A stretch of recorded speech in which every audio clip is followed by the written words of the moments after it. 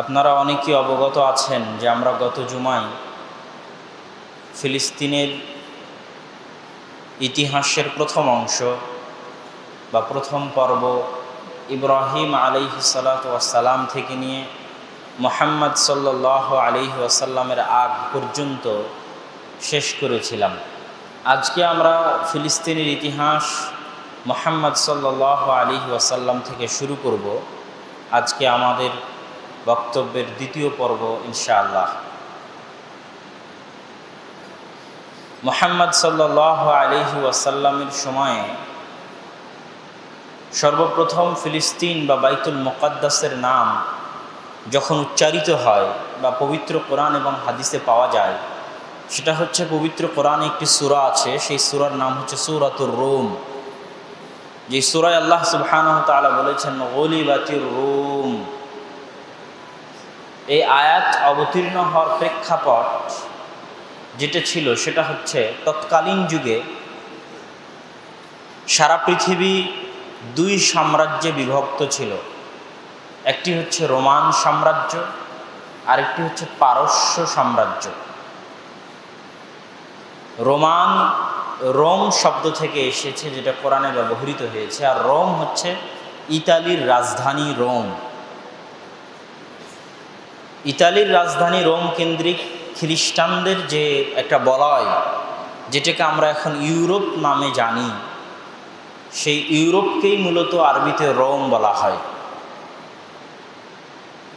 আর পারস্য সাম্রাজ্য হচ্ছে বর্তমান ইরান, যাকে আরবিতে ফোর্স বা ফারেস বলা হয়।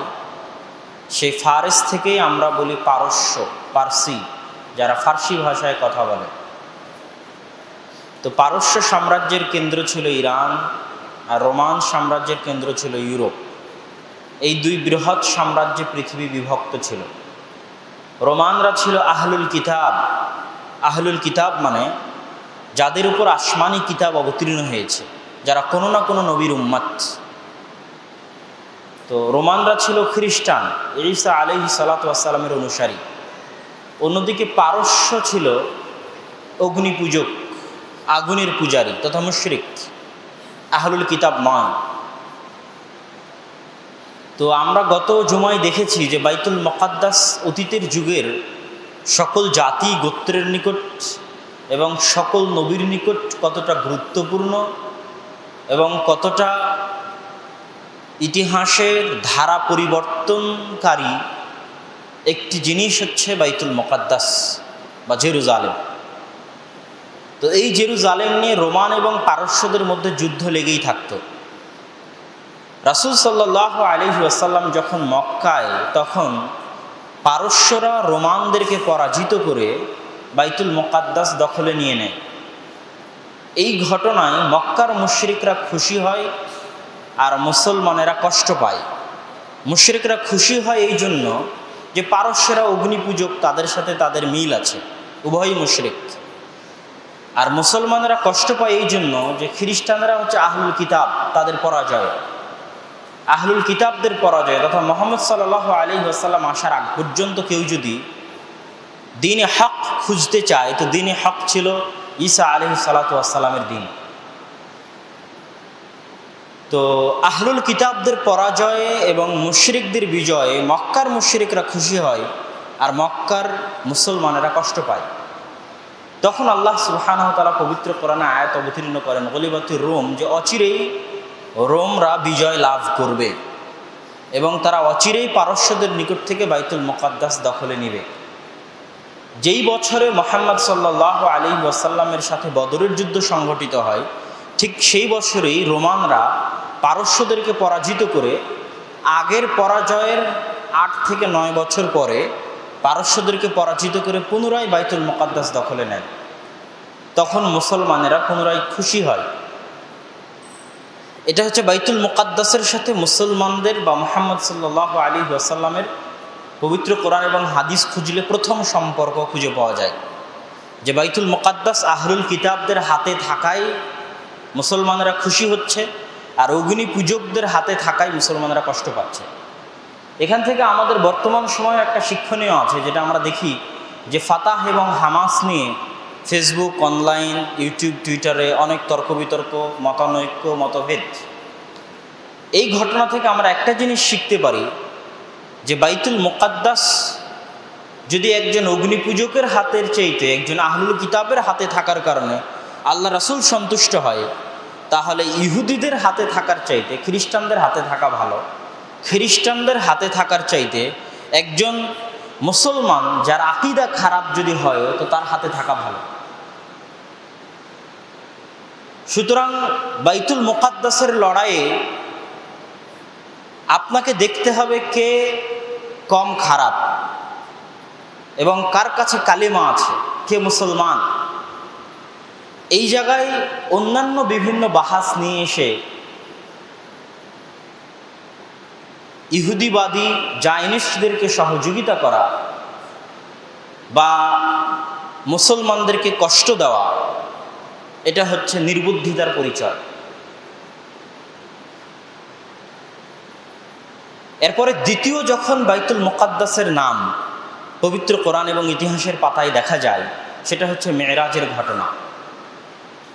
মেরাজের ঘটনায় আল্লাহ সুবহানাহু ওয়া তাআলা পবিত্র কোরআন মাজিদে বলেছেন, সূরা ইসরা, যেটা পবিত্র কোরআনের একদম মাঝামাঝি 15তম পারায় শুরু হচ্ছে, সুবহানাল্লাযী আসরা বিআবদিহি লাইলাম মিনাল মাসজিদিল হারাম ইলাল মাসজিদিল আকসা।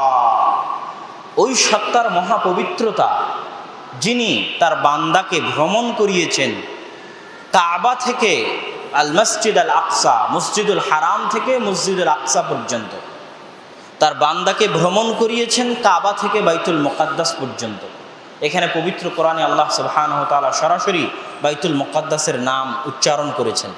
এটাই হচ্ছে মেরাজের ঘটনা, যেটার বর্ণনা দিতে গিয়ে রাসূল সাল্লাল্লাহু আলাইহি ওয়াসাল্লাম বহু হাদিসে মেরাজের ঘটনার বর্ণনা পাওয়া যায়। তার মধ্যে যতটুকু আমাদের বাইতুল মুকাদ্দাসের সাথে সম্পৃক্ত আমরা শুধু ততটুকুই নিব। আবু যার গিফারী রাদিয়াল্লাহু তাআলা আনহু থেকে বর্ণিত, তিনি বলেন রাসূল সাল্লাল্লাহু আলাইহি ওয়াসাল্লাম বলেছেন, ফুরিজা আন সাকফি বাইতি, আমার বাড়ির ছাদ ফেড়ে জিবরাইল আসলেন, ওয়ানা বিমাক্কা, এমতো অবস্থায় আমি মক্কায় আছি।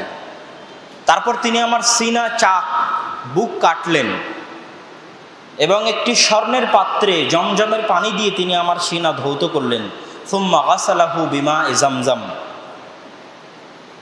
তারপরে হিকমত এবং ঈমানে পরিপূর্ণ করে আমার আত্মাকে বা অন্তরকে পুনরায় স্থাপন করা হলো। ফাফরাগাহু ফি সদরি, আমার বুকের মধ্যে স্থাপন করা হলো। সুম্মা আখাযা বিয়াদি, তারপরে তিনি আমাকে নিয়ে চলতে শুরু করলেন।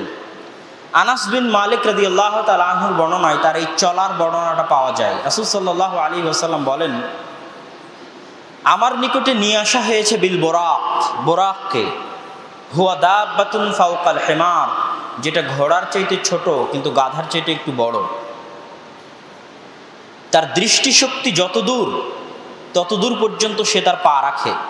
ফারাকিবতুহু হাত্তা আতাইতু বাইতাল মাকদিস, আমি সেটাতে আরোহণ করলাম, আমাকে আরোহণ করতে বলা হলো। তারপরে আমি চলে আসলাম বাইতুল মাকদিসে। ফারাবাতুহু বিল হালাকাহ আল্লাতী তারবুতু বিহাল আম্বিয়া, আমি এই বোরাককে বাঁধলাম ওই জায়গার সাথে যেই জায়গায় আম্বিয়ায়ে কেরাম বাঁধতেন। কেননা অতীতের চলে যাওয়া সব অধিকাংশ নবীর স্মৃতি বিজড়িত হচ্ছে বাইতুল মুকাদ্দাস, যেটা আমরা গত জুমায় আলোচনা করেছি। তো যেখানে নবীরা তাদের বাহন বাঁধতেন, আমি সেখানে আমার এই বাহনটা বাঁধলাম। সুম্মা দাখালতু, তারপর আমি প্রবেশ করলাম মসজিদ আকসায়। ফাসাল্লাইতু বিরাকাতাইন, এবং সকল নবীকে সাথে করে নিয়ে 2 রাকাত সালাত আদায় করলাম। তাহলে ইসলামের ইতিহাসে দ্বিতীয়বার যখন বাইতুল মুকাদ্দাসের নাম আমরা দেখতে পাচ্ছি, তখন আল্লাহ রাসূল মক্কায়, আর সেটা হচ্ছে মেরাজের ঘটনা, যেটা আল্লাহ পবিত্র কোরআনেও বর্ণনা করেছে, যেটা রাসূল সাল্লাল্লাহু আলাইহি ওয়াসাল্লামের বিভিন্ন হাদিসেও পাওয়া যায়। তৃতীয়, ইসলামের ইতিহাসে রাসূল সাল্লাল্লাহু আলাইহি ওয়াসাল্লামের জীবদ্দশায় বাইতুল মুকাদ্দাসের আলোচনা। মেরাজ সম্পূর্ণ করে রাসূল সাল্লাল্লাহু আলাইহি ওয়াসাল্লাম যখন সালাত ফরজ করে নিয়ে ফিরে আসলেন, তখন মুসলমানেরা কাবায় থাকার পরেও, মক্কায় থাকার পরেও বা কাবার পাশে সালাত আদায় করার পরেও তারা সালাত আদায় করতে শুরু করলো বাইতুল মুকাদ্দাস মুখী হয়ে। আউয়াল কিবলাতিন, প্রথম কিবলা মুসলমানদের বাইতুল মুকাদ্দাস। অথচ সর্বশ্রেষ্ঠ ঘর কাবা। আউয়ালু বাইতিন উদিআ লিন-নাস বিবাক্কা, কোরআনের আয়াত। সর্বপ্রথম যে ঘর ইবাদতের জন্য তৈরি করা হয়েছে সেটা মক্কায়, সেটাই কাবা। এটাই সর্বশ্রেষ্ঠ, এতে কোনো সন্দেহ নাই। সর্বশ্রেষ্ঠ ঘরের পাশে থেকেও মুসলমানেরা সালাত আদায় করতেছে বাইতুল মুকাদ্দাস মুখী হয়ে। এখানে আরও একটি আশ্চর্যের বিষয় যে তৎকালীন জাহেলি আরব যুগে তারা তো মুশরিক, তারা কেউ আহলুল কিতাব নয়। তাদের কাছে আহলুল কিতাবদের গ্রন্থ বা বই পুস্তক সেইভাবে ছিল না। খ্রিস্টান বা ইহুদি ধর্মের প্রচার মক্কায় সেইভাবে ছিল না, তারা সবাই মুশরিক। তাদের কাছে জাহেলি যুগ থেকে সবচেয়ে সম্মানিত, সবচেয়ে গ্রহণযোগ্য, সবচেয়ে দামি ঘর হচ্ছে মক্কার কাবা। এবং কাফেররা পর্যন্ত সেখানে হজ করার জন্য যেত। তাহলে যেই পরিবেশে রাসূল সাল্লাল্লাহু আলাইহি ওয়াসাল্লাম বেড়ে উঠেছেন, সেই পরিবেশে বাইতুল মুকাদ্দাসের নাম শোনারই কথা নয়। যদি শুনেও থাকেন তো বাইতুল মুকাদ্দাসকে অত মূল্যায়ন করার কথা নয়, কেননা তার আশেপাশের সবাই কাবাকে সবচেয়ে বেশি মূল্যায়ন করে। তিনি নিজে কাবাকে সবচেয়ে বেশি মূল্যায়ন করেন, অথচ কাবার পাশে থেকে তিনি সালাত আদায় করতেছেন বাইতুল মুকাদ্দাস মুখে। এর মধ্যে হিজরত সংঘটিত হলো। রাসূল সাল্লাল্লাহু আলাইহি ওয়াসাল্লাম হিজরত করে এসে কুবায় সর্বপ্রথম মসজিদ তৈরি করলেন মদিনায়। সেই মসজিদটি নির্মিত হলো বাইতুল মুকাদ্দাস মুখী হয়ে, যেহেতু তখনও কিবলা বাইতুল মুকাদ্দাস। কিন্তু রাসূল সাল্লাল্লাহু আলাইহি ওয়াসাল্লামের মন চাইতো সবসময় যে তিনি কাবামুখী হয়ে সালাত আদায় করবেন, যেটা আল্লাহ সুবহানাহু ওয়া তাআলা পবিত্র কোরআনে বর্ণনা করেছেন সূরা বাকারার 144 নম্বর আয়াতে, যে কদ নারা তাকাল্লুবা ওয়াজহিকা ফিস সামা, আপনি বারবার আসমানের দিকে চান যে কোনো ওহী আসে কিনা কিবলা পরিবর্তনের, এটা আমি বুঝতে পারি। ফালানুওয়াল্লিয়ান্নাকা কিবলাতান তারদাহা, ওই কিবলায় আপনার জন্য নির্ধারণ করে দিলাম যে কিবলায় আপনি খুশি হন। ফাওয়াল্লি ওয়াজহাকা শাতরাল মসজিদিল হারাম, অতএব আজ থেকে আপনার মুখমণ্ডল ফিরিয়ে নিন কাবার দিকে। তো 16 থেকে 17 মাস মুসলমানেরা যেই কিবলামুখী হয়ে সালাত আদায় করেছে কাবার পাশেও এবং মদিনাতেও, এবং প্রথম নির্মিত মসজিদ নির্মিত হয়েছে বাইতুল মুকাদ্দাস মুখী হয়ে, সেটাই হচ্ছে জেরুজালেমের বাইতুল মুকাদ্দাস। তাহলে রাসূল সাল্লাল্লাহু আলাইহি ওয়াসাল্লামের জীবদ্দশাতে আমরা এটা তৃতীয় ঘটনা দেখলাম বাইতুল মুকাদ্দাস কেন্দ্রিক। এখানে একটা কথা আমি বলে রাখি যে কেন কিবলা বাইতুল মুকাদ্দাস মুখী করা হলো, এটা নিয়ে অনেক বিশ্লেষণ, অনেক আলোচনা হয়। কিন্তু সকল আম্বিয়া ইকরামের গত জুমার খুতবা দেখার পরে আমার কাছে যেটা মনে হয়েছে সেটা হচ্ছে, বাইতুল মুকাদ্দাস যদি মুসলমানদের কিবলা না হতো, বা মেরাজ যদি বাইতুল মুকাদ্দাসের দিয়ে রাসূল সাল্লাল্লাহু আলাইহি ওয়াসাল্লাম না করতেন, তাহলে বাইতুল মুকাদ্দাসের সাথে মুসলমানদের সম্পর্ক তৈরি হতো না। মুসলমানরা বিচ্ছিন্ন থাকতো বাইতুল মুকাদ্দাস থেকে। আর বাইতুল মুকাদ্দাস হচ্ছে অতীতে চলে যাওয়া সব নবী রাসূলের ইবাদতের স্থান।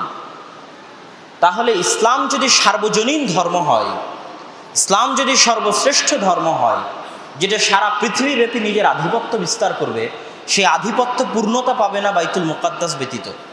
কেন সারা পৃথিবী যদি আমার দখলে থাকে আর বাইতুল মুকাদ্দাস যদি ইহুদি নাসারার দখলে থাকে, তো ইহুদি নাসারার কোনো প্রবলেম নাই, কোনো কিছু যায় আসে না, সেটাতে ইসলামের শ্রেষ্ঠত্ব বুঝায় না। সারা আমেরিকা ইসলামের দখলে, সারা ইউরোপ ইসলামের দখলে, কিন্তু বাইতুল মুকাদ্দাস নাই, জেরুজালেম নাই, এটাতে ইসলামের শ্রেষ্ঠত্ব হয় না। কেননা ওই জেরুজালেমেই যদি শুধু ইহুদি খ্রিস্টানরা বসবাস করে, তো এটাই তাদের জন্য যথেষ্ট বলে তারা মনে করে। সুতরাং ইসলামের শ্রেষ্ঠত্ব প্রমাণের জন্য, সার্বজনীনতা এবং সারা পৃথিবীব্যাপী আধিপত্য বিস্তারের জন্য বাইতুল মুকাদ্দাসের প্রয়োজন রয়েছে, ছিল, আছে এবং থাকবে। ইব্রাহিম আলাইহিস সালাতু ওয়াস সালামের 2 সন্তান, দ্বীন ইব্রাহিম, এক সন্তান ইসমাইল আছেন কাবার পাশে, আরেক সন্তান ইসহাক আছেন বাইতুল মুকাদ্দাসের পাশে। ইসহাকের বংশধরের সবাই বাইতুল মুকাদ্দাস কেন্দ্রিক, আর ইসমাইলের বংশধরের সবাই কাবা কেন্দ্রিক। এখন উম্মতে মুহাম্মাদি যদি কাবাও তাদের দখলে থাকে, বাইতুল মুকাদ্দাসও দখলে থাকে, তাহলে দ্বীনে ইব্রাহিমের একচ্ছত্র প্রতিনিধিত্ব করার হকদার একমাত্র উম্মতে মুহাম্মাদির হয়ে দাঁড়াবে। তখন দ্বীনে ইব্রাহিমের কোনো কিছুর দাবি করার আর সুযোগ এই পৃথিবীর আর কারো থাকবে না। এই জন্য বাইতুল মুকাদ্দাসের গুরুত্ব চিরন্তন। এই জন্যই মূলত প্রথম কিবলা বাইতুল মুকাদ্দাসের দিকে, এটা আল্লাহর ইচ্ছা, আল্লাহর হিকমা। রাসূল সাল্লাল্লাহু আলাইহি ওয়াসাল্লামের মেরাজের যাত্রা শুরু বাইতুল মুকাদ্দাস থেকে। এবার আমরা আসি রাসূল সাল্লাল্লাহু আলাইহি ওয়াসাল্লামের জীবদ্দশায় বাইতুল মুকাদ্দাস কেন্দ্রিক চতুর্থ ঘটনা। এই চতুর্থ ঘটনায় আমরা দেখব যে বাইতুল মুকাদ্দাসে রাসূল সাল্লাল্লাহু আলাইহি ওয়াসাল্লামের নাম উচ্চারিত হচ্ছে, যেই ঘটনা পরবর্তীতে সুফিয়ান রাদিয়াল্লাহু তাআলা আনহু, যিনি তার প্রথম জীবদ্দশায় কাফের ছিলেন এবং পরবর্তীতে ইসলাম গ্রহণ করেছেন, তিনি বিস্তারিতভাবে সহিহ বুখারীর ওহী অধ্যায়ে এই আলোচনা পেশ করেছেন, যেখানে বাইতুল মুকাদ্দাসে রাসূল সাল্লাল্লাহু আলাইহি ওয়াসাল্লামের নাম উচ্চারিত হচ্ছে। সেই ঘটনা হচ্ছে হুদাইবিয়ার সন্ধির পরে রাসূল সাল্লাল্লাহু আলাইহি ওয়াসাল্লাম চিঠি প্রেরণ করা শুরু করলেন বিভিন্ন বাদশার নিকটে। যেই রোমানদের বাইতুল মুকাদ্দাস বিজয়ে আল্লাহ রাসূল খুশি হয়েছিলেন, মক্কার মুসলমানেরা খুশি হয়েছিল, সেই রোমানদের নিকটেই বাইতুল মুকাদ্দাসে রাসূল সাল্লাল্লাহু আলাইহি ওয়াসাল্লাম চিঠি পাঠালেন ইসলাম গ্রহণের। আর হুদাইবিয়ার সন্ধির কারণে যেহেতু মক্কার মুশরিকদের কাছেও কোনো যুদ্ধ বিগ্রহ নাই, এই জন্য মক্কার মুশরিকরাও বের হলো ব্যবসার উদ্দেশ্যে। ব্যবসার উদ্দেশ্যে বের হওয়া মক্কার মুশরিকদের কাফেলা সুফিয়ান রাদিয়াল্লাহু তাআলা আনহুর নেতৃত্বে যখন পৌঁছলো বাইতুল মুকাদ্দাসে বা বাইতুল মুকাদ্দাসের আশেপাশে, ঠিক সেই মুহূর্তে রাসূল সাল্লাল্লাহু আলাইহি ওয়াসাল্লামের চিঠি গিয়ে পৌঁছে রোমান বাদশাহ হিরাক্লিয়াসের নিকটে। রোমান বাদশার নিকটে যখন রাসূল সাল্লাল্লাহু আলাইহি ওয়াসাল্লামের চিঠি দেওয়া হয়, তখন তিনি বাইতুল মুকাদ্দাসে, সেটাকে তারা বলতো ইলিয়া। হাদিসে শব্দটা এসেছে ইলিয়া। ইলিয়া মানে হচ্ছে আল্লাহর ঘর, হিব্রু ভাষায় বাইতুল্লাহ, আল্লাহর ঘর। এই নামটা ইসহাক বা ইয়াকুব আলাইহি সালাতু ওয়াস সালাম দিয়েছিলেন বলে ঐতিহাসিকগণ ধারণা করেন। তো এখন যখন চিঠি গিয়ে পৌঁছলো রোমান বাদশার নিকটে, তখন তার নিকটে এই খবরও গেল যে আরব থেকে একদল মানুষ ব্যবসা করতে এসেছে। তখন তিনি এই চিঠি পড়ার আগেই তাদেরকে ডেকে পাঠালেন। এবার বিস্তারিত এখানে আলোচনা হচ্ছে হাদিসে ডেকে পাঠানোর পর। তখন বাদশাহ জিজ্ঞেস করছে, আইয়ুকুম আকরাবু নাসাবান বিহাযা রাজুল। এই মক্কার কাফের মুশরিকদের যে ব্যবসায়ী গ্রুপ বাইতুল মুকাদ্দাসে তাদেরকে বাদশাহ ডেকে পাঠালো, তাদেরকে বাদশাহ জিজ্ঞেস করছে, আচ্ছা আমার নিকটে অমুকের চিঠি এসেছে, তার সবচেয়ে নিকটবর্তী তোমাদেরকে, তোমাদের মধ্যে ওই ব্যক্তি তথা মুহাম্মদ সাল্লাল্লাহু আলাইহি ওয়াসাল্লামের সবচেয়ে নিকটবর্তী কে? তখন সুফিয়ান বললেন রাদিয়াল্লাহু তাআলা আনহু যে আমি আকরাবুহুম নাসাবান, বংশগত দিক থেকে আমি তার সবচেয়ে নিকটবর্তী। তখন বাদশাহ বলল, উদনুহু মিন্নি, আমার নিকটে আসো, কাছে আসো। আকাররিবু আসহাবাহু ফাজআলুহুম ইনদা যাহরি সুম্মা ক্বালা লিতুরজুমানিহি কুল লাহুম ইন্নী সাইলুন আন হাযা রাজুল ফাইন কাযাবানি ফাকাযযিবুহু। সুফিয়ান রাদিয়াল্লাহু তাআলা আনহুকে কাছে নিয়ে তার আর যারা প্রতিনিধি ছিল, সাথে ব্যবসা করতে এসেছিল, তাদেরকে একটু দূরে রেখে, তার পিছনে রেখে তিনি তার দোভাষীকে বলছেন, ওদেরকে বলে দাও আমি এই ব্যক্তি তথা মুহাম্মদ সাল্লাল্লাহু আলাইহি ওয়াসাল্লাম সম্পর্কে সুফিয়ান তাকে জিজ্ঞেস করব, এ যদি মিথ্যা বলে তাহলে তোমরা যেন তাকে মিথ্যায়িত করো। ফাইন কাযাবানি, সুফিয়ান যদি মিথ্যা বলে তাহলে তোমরা যেন বলে দাও যে সুফিয়ান মিথ্যা বলছে। এবার সুফিয়ান রাদিয়াল্লাহু তাআলা আনহু বলছেন, ফাওয়াল্লাহি লাউলাল হায়াউ মিন আন ইয়াসিরু আলাইয়া কাযিবান, যদি মিথ্যা বলতে আমার লজ্জা না লাগতো তাহলে সেই দিন আমি মিথ্যা বলতাম। এটা সুফিয়ান রাদিয়াল্লাহু তাআলা, তখন তিনি কাফের, তখন তিনি কাফেরদের সর্দার এবং বহু যুদ্ধে তিনি আল্লাহ রাসূলের বিরুদ্ধে নেতৃত্ব দিয়েছেন। বদরের যুদ্ধে আবু জাহালের পাশে থেকেছেন, উহুদের যুদ্ধে নিজে নেতৃত্ব দিয়েছেন, খন্দকের যুদ্ধে নেতৃত্ব দিয়েছেন, বহু যুদ্ধে নেতৃত্ব দিয়েছেন। হুদাইবিয়ার সন্ধি তার মাধ্যমে হয়েছে আল্লাহ রাসূল এবং তার মুখোমুখিতে। তো বহু যুদ্ধে তিনি কাফেরদের সর্দার এবং মক্কার মুশরিকদের সর্দার। তিনি বলছেন যে আমি যদি মিথ্যা বলতে লজ্জা না পেতাম তাহলে সেই দিন মিথ্যা বলতাম।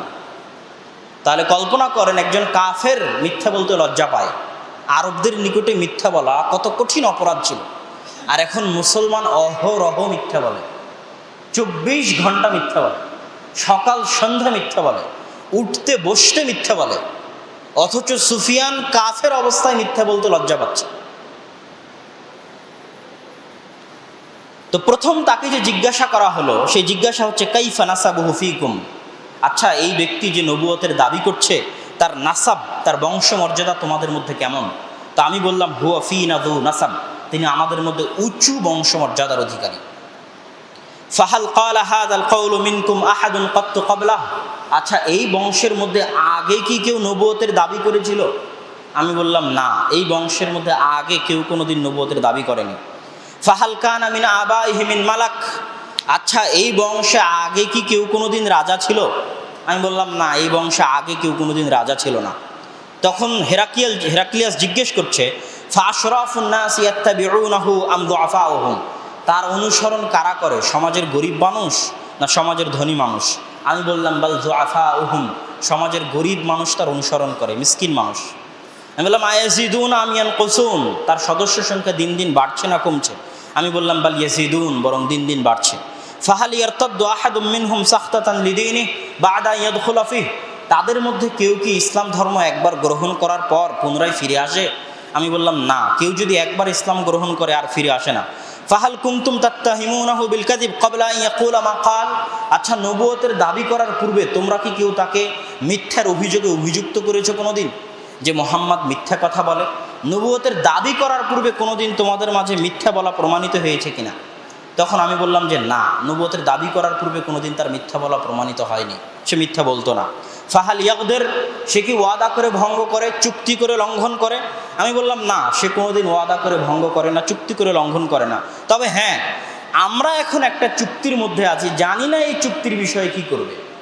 এবার সুফিয়ান রাদিয়াল্লাহু তাআলা আনহু বলছেন, এই একটা কথা ঢুকানো ছাড়া মুহাম্মদ সাল্লাল্লাহু আলাইহি ওয়াসাল্লামের বিপরীতে আর কোনো কথা আমি ঢুকাতে পারিনি। একটা সন্দেহ ঢুকিয়ে দিলাম যে না, আগে তো কোনোদিন চুক্তি ভঙ্গ করেনি, কিন্তু এখন তো হুদায়বিয়ার সন্ধি আছে, না জানি কি করে ভঙ্গ করতেও পারে। তাহলে একটা নেগেটিভ পয়েন্ট আমি এখানেই মাত্র ঢুকাতে পেরেছি, আগে পরে কোথাও ঢুকাতে পারি। তোমরা কি তার সাথে ফাহাল কাতালতুমুহু, তোমরা কি তার সাথে যুদ্ধ করেছো? বললাম হ্যাঁ, আমরা তার সাথে যুদ্ধ করেছি। ফাকাইফা কানা কিতালুকুম ইয়া, তোমাদের সাথে তার যুদ্ধের ধরন কেমন? আমি বললাম দালউন সিয়ালুন, বালতি তথা বালতি একবার কুয়া থেকে, আগের যুগের কুয়ায় বালতি কেউ একবার হাতে নিত রশি টেনে, আবার কেউ রেখে যেত, আবার কেউ হাতে নিত। তো বালতি যেমন একবার একজনের হাতে আর একবার আরেকজনের হাতে, তো জয় পরাজয় আমাদের মধ্যে ঘুরপাক খাচ্ছে। বদরের যুদ্ধে তারা বিজয়ী হয়েছে, উহুদের যুদ্ধে আমরা বিজয়ী হয়েছি, এইভাবে জয় পরাজয় আমাদের মধ্যে ঘুরপাক খাচ্ছে। মাযা ইয়া'মুরুকুম, আচ্ছা এই নবী তোমাদেরকে কিসের দাওয়াত দেয়, কিসের আদেশ দেয়? তখন আমি বললাম, সে বলে উ'বুদুল্লাহ ওয়াহদা, এক আল্লাহর ইবাদত করো, ওয়ালা তুশরিকু বিহি শাই, তার সাথে কাউকে শরীক করিও না, ওয়াতরুকু মা ইয়াকুলু আবাকুম, আর তোমাদের পিতামাতা যা বলে গেছে আগের যুগের তোমাদের আদি পিতাদের অনুসরণ বাদ দাও। ওয়ায়ামুরুনা বিস-সালাতি ওয়াজ-যাকাত, সে আমাদেরকে সালাত আদায়ের নির্দেশ দেয়, যাকাত আদায়ের নির্দেশ দেয়, ওয়াস-সিদকি ওয়াল আফাফি ওয়াস-সিলাহ, সত্য বলার নির্দেশ দেয় এবং আত্মীয়তার সম্পর্ক রক্ষা করার নির্দেশ দেয়। এবার বাদশাহ হিরাক্লিয়াস তার দোভাষীকে বলছে যে তাকে বলে দাও, আমি তাকে জিজ্ঞেস করেছিলাম তার বংশ সম্পর্কে, সে বলেছে সে উঁচু বংশের অধিকারী। সুফিয়ান বলেছে যে মুহাম্মদ সাল্লাল্লাহু আলাইহি ওয়াসাল্লাম উঁচু বংশমর্যাদার অধিকারী, তাকে বলে দাও ফাকাযালিকা রাসূল তুবআসু ফি নাসাবি কওমিহা, এভাবেই নবী রাসূল উঁচু বংশে প্রেরিত হয়ে থাকেন। ওয়াসাআলতুকা হাল ক্বালা আহাদুম মিনকুম হাযাল কওল, আমি তাকে জিজ্ঞেস করেছিলাম তার বংশে ইতিপূর্বে কেউ নবুয়তের দাবি করেছে কিনা, সে বলেছে যে না, কেউ করেনি। যদি সে বলতো যে ইতিপূর্বে কেউ নবুয়তের দাবি করেছে, তাহলে আমি বলতাম সে তার দেখা দেখি নিজেও নবুয়তের দাবি করেছে। কিন্তু যেহেতু আগে কেউ নবুয়তের দাবি করেনি কুরাইশ বংশে, সুতরাং এটা সে কারো দেখা দেখি করছে, এটাও তো বলা যাবে না। আমি তাকে জিজ্ঞেস করেছিলাম তার বংশে ইতিপূর্বে কোনো রাজা ছিল কি না, সে বলছে না, কোনো রাজা ছিল না। যদি সে বলতো কুরাইশ বংশ অতীতে কেউ রাজা ছিল, তাহলে আমি বলতাম হারানো রাজত্ব, বাপদাদার হারানো রাজত্ব ফিরে পাওয়ার জন্য সে নবুয়তের ভান ধরেছে। কিন্তু যেহেতু অতীতে কেউ রাজা ছিল না, তাহলে হারানো রাজত্ব ফিরে পাওয়ার কোনো প্রশ্নই আসে না, তাহলে অবশ্যই তার নবুয়তের দাবিটা ঠিক। আমি তাকে জিজ্ঞেস করেছিলাম যে তোমরা কি তার নবুয়তের দাবির পূর্বে কোনোদিন মিথ্যা বলতে দেখেছো? সে বলেছে না, আমরা তাকে মিথ্যা বলতে দেখিনি। তখন তিনি বলছেন যে এইরকমই হয় নবীগণ, তারা মানুষের সাথে কোনো সময় মিথ্যা বলেন না। আমি তাদেরকে জিজ্ঞেস করেছিলাম যে তাকে দুর্বল মানুষ অনুসরণ করে না শক্তিশালী, সে বলেছে দুর্বল গরিব মিসকিন অনুসরণ করে। তাকে বলে দাও হুম আতবা ও রসুল, যুগে যুগে নবী রাসূলের অনুসরণ সমাজের গরিব মিসকিনেরাই করেছে।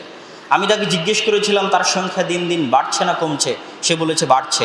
তাকে বলে দাও ঈমানের বিষয়টা এরকমই, ঈমানের বিষয় এরকমই যে ঈমান বাড়তেই থাকে, তাকে কেউ থামাতে পারে না। আমি তাকে জিজ্ঞেস করেছিলাম যে তার দিন একবার গ্রহণ করার পর কেউ ফিরে আসে কিনা। সে বলেছে না। তাকে বলে দাও কাযালিকাল ঈমান হিনা তুখালিতু বাশাশাতুল কলব, এটাই ঈমানের স্বাদ, যে একবার আস্বাদন করে সে সেখান থেকে ফিরে আসতে পারে না। আমি তাকে বলেছিলাম সে চুক্তি করে ভঙ্গন করে কিনা।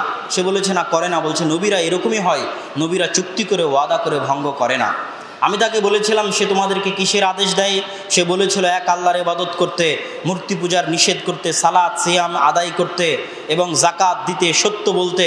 তাকে বলে দাও যে এগুলোই হচ্ছে নবীদের আদেশ, যুগে যুগে নবীরা এই দাওয়াতই দিয়ে থাকেন। তাকে আরও বলো যে তখন রাসূল সাল্লাল্লাহু আলাইহি ওয়াসাল্লামের চিঠি তিনি ডেকে পাঠালেন যে দেখি কোথায় মুহাম্মাদের চিঠি নিয়ে আসো। তখন তিনি চিঠি পড়তে লাগলেন।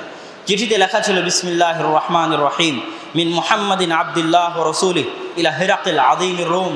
আল্লাহর বান্দা এবং আল্লাহ রাসূল মুহাম্মাদের পক্ষ থেকে হেরাকেল, রোমের বাদশাহ, রোমের সম্মানিত বাদশাহ হেরাকেলের নিকটে। এখানে একটা গুরুত্বপূর্ণ বিষয় ইশারা দিয়ে রাখি, আল্লাহ রাসূল চাইলে বলতে পারতেন যে কাফের হেরাকেলের নিকটে, কিন্তু আল্লাহ রাসূল বলেননি যে কাফের হেরাকেলের নিকটে। সর্বোচ্চ সম্মান দিয়ে বলেছেন যে আদিম আর রোম, মহামান্য রোমান সম্রাটের নিকটে। তথা দাওয়াত দিতে হয় ভদ্র ভাষায়, ভদ্রচিত এবং সম্মানের সাথে দাওয়াত দিতে হয়। সালামুন আলা মান ইত্তাবা আল হুদা, যারা হেদায়েতের অনুসরণ করে তাদের উপর সালাম। আম্মা বা'দ ফাইন্নী আদউকা বিদিআয়াতিল ইসলাম, আমি আপনাকে ইসলামের দাওয়াত দিচ্ছি। আসলিম তাসলাম, ইসলাম গ্রহণ করেন, নিরাপদে থাকবেন। আর যদি মুখ ফিরিয়ে নেন তাহলে পাপের ভাগীদার আপনি। তখন এবার হেরাকেল এই চিঠি পড়ার পর বলল, বলে দাও সে যা যা বলল সব যদি সত্য হয়ে থাকে, ফায়াসলামুকা মাউদিই কাদামাইয়া হাতাইন, একদিন আসবে যেই দিন আমার পায়ের নিচে যে মাটি আছে তথা বাইতুল মুকাদ্দাস, আমাদের আলোচনার বিষয় বাইতুল মুকাদ্দাস, আমার পায়ের নিচে যে মাটি আছে বাইতুল মুকাদ্দাস একদিন তার পদানত হবে, তার করতালগত হবে, সে একদিন তার অধীনস্থ হবে এই বাইতুল মুকাদ্দাস। এই ভবিষ্যৎবাণী বাদশাহ হিরাক্লিয়াস করে গেলেন। এটা আমরা রাসূল সাল্লাল্লাহু আলাইহি ওয়াসাল্লামের জীবদ্দশায় চতুর্থ ঘটনা দেখলাম। বাইতুল মুকাদ্দাসে আল্লাহ রাসূলের নাম উচ্চারিত হলো। বাইতুল মুকাদ্দাসের অধিকারী রোমান সম্রাট হিরাক্লিয়াস, সে এখানে কেন এসেছিল? ওই যে পারস্যদের কাছ থেকে বিজয় লাভ করে, রোমানরা যখন বিজয় লাভ করলো তখন কুস্তুনতুনিয়া তথা তুরস্কের বর্তমান ইস্তাম্বুল থেকে পায়ে হেঁটে হজ করার জন্য বাইতুল মুকাদ্দাসে এসেছে। খ্রিস্টানরা হজ করার জন্য বাইতুল মুকাদ্দাসে আসতো। হিরাক্লিয়াস কুস্তুনতুনিয়া থেকে পায়ে হেঁটে এসেছে। সেই সময় আল্লাহ রাসূলের চিঠি তার নিকটে গেছে বাইতুল মুকাদ্দাসে। তাহলে আমার পায়ের নিচে যেই মাটি আছে এই মাটি মুহাম্মদ সাল্লাল্লাহু আলাইহি ওয়াসাল্লামের অধীনস্থ হবে। এবার আমরা দেখব রাসূল সাল্লাল্লাহু আলাইহি ওয়াসাল্লামের জীবদ্দশাতে দুইটা বড় যুদ্ধ রাসূল সাল্লাল্লাহু আলাইহি ওয়াসাল্লাম পরিচালনা করেছেন বাইতুল মুকাদ্দাস বা শাম বা ফিলিস্তিন বিজয় করার জন্য। তার মধ্যে একটা বিখ্যাত যুদ্ধ হচ্ছে মুতার যুদ্ধ। আপনারা গুগল ম্যাপে যদি মুতা লিখে সার্চ দেন তাহলে দেখবেন জর্ডানের ডেড সির এক পারে মুতা আর আরেক পারে হচ্ছে ফিলিস্তিন বা জেরুজালেম। দুটোর দূরত্ব 100 থেকে 120 কিলোমিটারের বেশি হবে না। তথা মুতার যুদ্ধ সাহাবীরা যেখানে লড়াই করেছিলেন রাসূল সাল্লাল্লাহু আলাইহি ওয়াসাল্লামের জীবদ্দশায়, সেটা বাইতুল মুকাদ্দাসের অতি নিকটে। এবং এই লড়াইয়ে রাসূল সাল্লাল্লাহু, এটা ছিল বাইতুল মুকাদ্দাস বিজয় করার জন্য মুসলমানদের প্রথম যুদ্ধ। মুসলমানদের ইতিহাসে আল্লাহ রাসূলের জীবদ্দশায় বাইতুল মুকাদ্দাস বিজয় করার জন্য প্রথম যুদ্ধ। যুদ্ধটা হয়েছিল রাসূল সাল্লাল্লাহু আলাইহি ওয়াসাল্লাম বসরার বাদশাহ, যে রোমান সম্রাট হিরাক্লিয়াসের অধীনে গভর্নর দায়িত্ব পালন করত, তার নাম হচ্ছে শুরাহবিল ইবনে আমর আল গাসসানি। তার নিকটে আল্লাহ রাসূল চিঠি পাঠিয়েছিলেন ইসলামের দাওয়াত দিয়ে। সে আল্লাহ রাসূলের দূতকে হত্যা করেছিল। আর যে নিয়ম হচ্ছে দূতকে হত্যা করা হয় না, আল্লাহ রাসূল কোনো সময় দূতকে হত্যা করেননি। পৃথিবীতে নিয়ম এটা যে দূতকে হত্যা করতে হয় না। যখন দূতকে সে হত্যা করলো তখন রাসূল সাল্লাল্লাহু আলাইহি ওয়াসাল্লাম প্রচণ্ড ক্ষিপ্ত হলেন এবং অত্যন্ত দুর্বল শক্তির অধিকারী হওয়ার পরেও, অত্যন্ত দুর্বল সাম্রাজ্যের অধিকারী হওয়ার পরেও তিনি রোমানদের বিরুদ্ধে সেনাবাহিনী প্রেরণ করলেন। আর সেই সেনাবাহিনীর সংখ্যা ছিল মাত্র 3000। রাসূল সাল্লাল্লাহু আলাইহি ওয়াসাল্লাম তার সেনাপতি নির্ধারণ করে দিলেন। রাসূল সাল্লাল্লাহু আলাইহি ওয়াসাল্লাম এইভাবে সেনাপতি নির্ধারণ করে দিলেন যে শোনো, প্রথমে দায়িত্ব পালন করবে যায়েদ বিন হারেসা, তারপরে দায়িত্ব পালন করবে জাফর, তারপরে দায়িত্ব পালন করবে আব্দুল্লাহ বিন রাওয়াহা। এখান থেকে বোঝা যাচ্ছে যে যখন আল্লাহ রাসূল 3 জন সেনাপতি নির্ধারণ করলেন তথা তারা অনেকেই মারা যাবেন বা আগের দুইজন অন্তত পক্ষে মারা যাবেন, এটা তারা বুঝেই নিয়েছেন। যায়েদ বিন হারেসা বুঝেই নিয়েছেন যে এই যুদ্ধে তার মৃত্যু হবে, এবং জাফর ইবনে আবি তালেব বুঝেই নিয়েছেন যে এই যুদ্ধে তার মৃত্যু হবে। তো ফিলিস্তিনের মাটিতে ঝরা একজন মুসলমানের রক্তের প্রতিশোধ নিতে, যে একজনকে আল্লাহ রাসূল দূত হিসেবে পাঠিয়েছিলেন, ওই রক্ত ফিলিস্তিনের মাটিতে ঝরেছিল। ফিলিস্তিনের মাটিতে ঝরা একজন মুসলমানের রক্তের প্রতিশোধ নিতে রাসূল সাল্লাল্লাহু আলাইহি ওয়াসাল্লাম দুর্বল সাম্রাজ্যের অধিকারী হওয়ার পরও তার সেনাবাহিনী রওনা করে দিলেন। মুতার যুদ্ধে মুসলমানরা এক ভয়ঙ্কর যুদ্ধে লিপ্ত হলো। তাদের বিপরীতে প্রায় 1 লক্ষ রোমান সৈন্যবাহিনী ছিল, আর মুসলমানরা ছিল মাত্র 3000। 3000 মানুষ হাতে গোনা যায়, আর কোথায় 1 লক্ষ সেনাবাহিনীর বিপরীতে 3000 মুসলমানের এই অসম যুদ্ধে। এবং আগে থেকে আমি বলে এসেছি গত জুমার খুতবাতেও, যে যখন মুসা আলাইহিস সালাতু ওয়াস সালামের উপর বাইতুল মুকাদ্দাস বিজয়ের নির্দেশ আসলো, তখনও সেটা ছিল অসম যুদ্ধ। যখন জালুতকে পরাজিত করে দাউদ এবং তালুতের উপর বাইতুল মুকাদ্দাস বিজয়ের নির্দেশ আসলো, তখনও সেটা ছিল অসম যুদ্ধ। যেটা আমরা আরও সামনে দেখতে থাকব, যে ইসলামের ইতিহাসে বাইতুল মুকাদ্দাস কেন্দ্রিক প্রত্যেকটা যুদ্ধ ছিল অসম যুদ্ধ। প্রথমে যায়েদ বিন হারেসা মারা গেলেন, তারপরে জাফর ইবনে আবি তালেব মারা গেলেন, তারপরে আব্দুল্লাহ বিন রওয়াহাও মারা গেলেন। আব্দুল্লাহ বিন রওয়াহার ক্ষেত্রে বলা হয় যে যখন মুসলমানেরা একটু ভয় ভয় পাচ্ছিল, ভীত হচ্ছিল, বিশাল 1 লক্ষ মানুষের বিশাল বাহিনী দেখে আর মাত্র 3000 মুসলমানের সৈন্য দেখে, তখন আব্দুল্লাহ বিন রওয়াহা বলছিলেন, ইয়া কওম ওয়াল্লাহি ইন্নাল্লাতী তাকরাহুনা লাল্লাতী খারাজতুম তাতলুবুন। শোনো হে আমার জাতি, যেই জিনিসটা তোমরা ভয় পাচ্ছ, ওই জিনিসের আকাঙ্ক্ষাতেই তোমরা বের হয়েছ। তোমরা ভয় পাচ্ছ মৃত্যুর, কিন্তু তোমরা বের হয়েছ মৃত্যুর আকাঙ্ক্ষাতে, সেটা হচ্ছে শাহাদাত বরণ করা।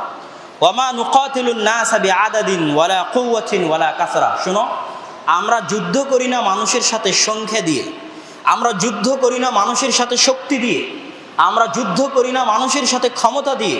মা নুকাতিলুহুম ইল্লা বিহাদাদ্দিন, বরং আমরা মানুষের সাথে যুদ্ধ করি এই দিন দিয়ে। আ'আজ্জানাল্লাহু বিহি, যেই দিন দিয়ে আল্লাহ আমাদেরকে সম্মানিত করেছেন। ফাইন্নামা হিয়া ইহদাল হাসানাইন, তোমরা সামনে এগিয়ে যাও, তোমাদের জন্য 2টা কল্যাণকর জিনিস অপেক্ষা করছে, হয় বিজয় না হয় শাহাদাত। এই শাহাদাতের তামান্না নিয়ে তোমরা বের হয়েছো, সুতরাং এখানে ভয়ের কিছু নয়। আব্দুল্লাহ বিন রওয়াহার ক্ষেত্রে সঠিক সানাদ সহ প্রমাণ আকারে পাওয়া যায় যে যখন তিনি যুদ্ধের মাঠের নেতৃত্বভার গ্রহণ করলেন এবং রায়াহ ঝান্ডা যখন তার হাতে ছিল, তখন তার ডান হাত কেটে গেলে তিনি সেই ঝান্ডা বাম হাত দিয়ে উত্তোলন করেছিলেন। বাম হাত কেটে গেলে তিনি 2 হাত একত্রিত করে সেই ঝান্ডা উত্তোলন করে রেখেছিলেন। এবং পরবর্তীতে আব্দুল্লাহ বিন ওমর রাদিয়াল্লাহু তাআলা আনহুর রিওয়ায়াতে পাওয়া যায় যে তার শরীরে 70-এরও অধিক, হাত্তা কুতিয়া জাসাদাহু নিসফাইন, তার শরীরে 90-এর অধিক তীরের আঘাত এবং তরবারির আঘাত পাওয়া গেছে। 90-এর অধিক তীরের আঘাত এবং তরবারির আঘাত নিয়েও তিনি যুদ্ধের মাঠ থেকে পলায়ন করেননি, যুদ্ধের মাঠ থেকে ঝান্ডা পরিত্যাগ করেননি। এটাই ছিল তাদের ঈমান। যখন 3 জন সেনাপতি মারা গেল, তখন খালিদ ইবনে ওয়ালিদ নিজে থেকে দায়িত্বভার গ্রহণ করলেন, সেনাপতির দায়িত্ব গ্রহণ করলেন। সেই দিন রাসূল সাল্লাল্লাহু আলাইহি ওয়াসাল্লাম মদিনায় বসে বলছেন যে শোনো, আখাদার রায়াত যায়েদ ফাউসিব, যায়েদ বিন হারিসা ঝান্ডা বহন করেছিল, যায়েদ বিন হারিসা মারা গেছে। সুম্মা আখাদাহু জাফর ফাউসিব, জাফর ইবনে আবি তালেব এই ঝান্ডা বহন করছিল, সেও শাহাদাত বরণ করেছে। সুম্মা আখাদাহু ইবনে রওয়াহা, আব্দুল্লাহ বিন রওয়াহা এই ঝান্ডা বহন করেছিল, সেও শাহাদাত বরণ করেছে। এই কথা বলতেই আইনাহু তাদরিফান, রাসূল সাল্লাল্লাহু আলাইহি ওয়াসাল্লামের 2 চোখ দিয়ে অশ্রু ঝরছিল। হাত্তা আখাদার রায়া সাইফুম মিন সুয়ুফিল্লাহ, তারপরে ঝান্ডা গ্রহণ করেছে আল্লাহর তরবারিগুলোর একটি তরবারি, হাত্তা ফাতাহাল্লাহু আলাইহিম, সেই তরবারি হচ্ছে খালিদ বিন ওয়ালিদ। তারপরে আল্লাহ তাদেরকে বিজয় দান করেছে।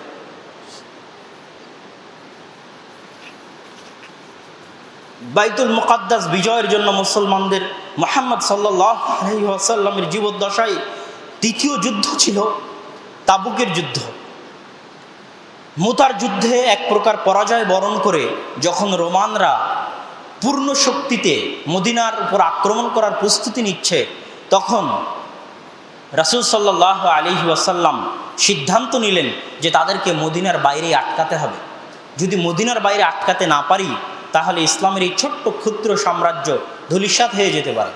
আর পরাজয় যদি মদিনার বাইরে হয় তো পালিয়ে এসে মদিনায় আশ্রয় নেওয়া যাবে। এই জন্য রাসূল সাল্লাল্লাহু আলাইহি ওয়াসাল্লাম প্রস্তুতি স্বরূপ মদিনার অসহায় দরিদ্র মিসকিন মুসলমানদেরকে নির্দেশ দিলেন দান করার জন্য, সাদাকা করার জন্য।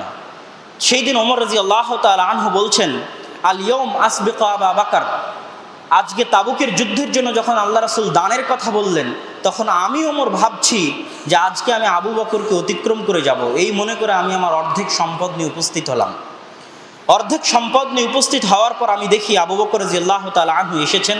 রাসূল সাল্লাল্লাহু আলাইহি ওয়াসাল্লাম তাকে বলছেন, মা আবকাইতা লি আহলিক, আবু বকর তুমি তোমার পরিবারের জন্য কি রেখে এসেছো? তখন আবু বকর বলছে, আবকাইতু লাহুমুল্লাহ ওয়া রাসূলাহ, আমি আল্লাহ এবং আল্লাহর রাসূলকে পরিবারের জন্য রেখে এসেছি, বাকি যা ছিল সব নিয়ে এসেছি। সেই দিন আমি ওমর বললাম, লা উসাবিকুকা ইলা শাইইন আবাদা, আজকের পর আমি কোনোদিন আবু বকরকে পরাজিত করতে পারবো না।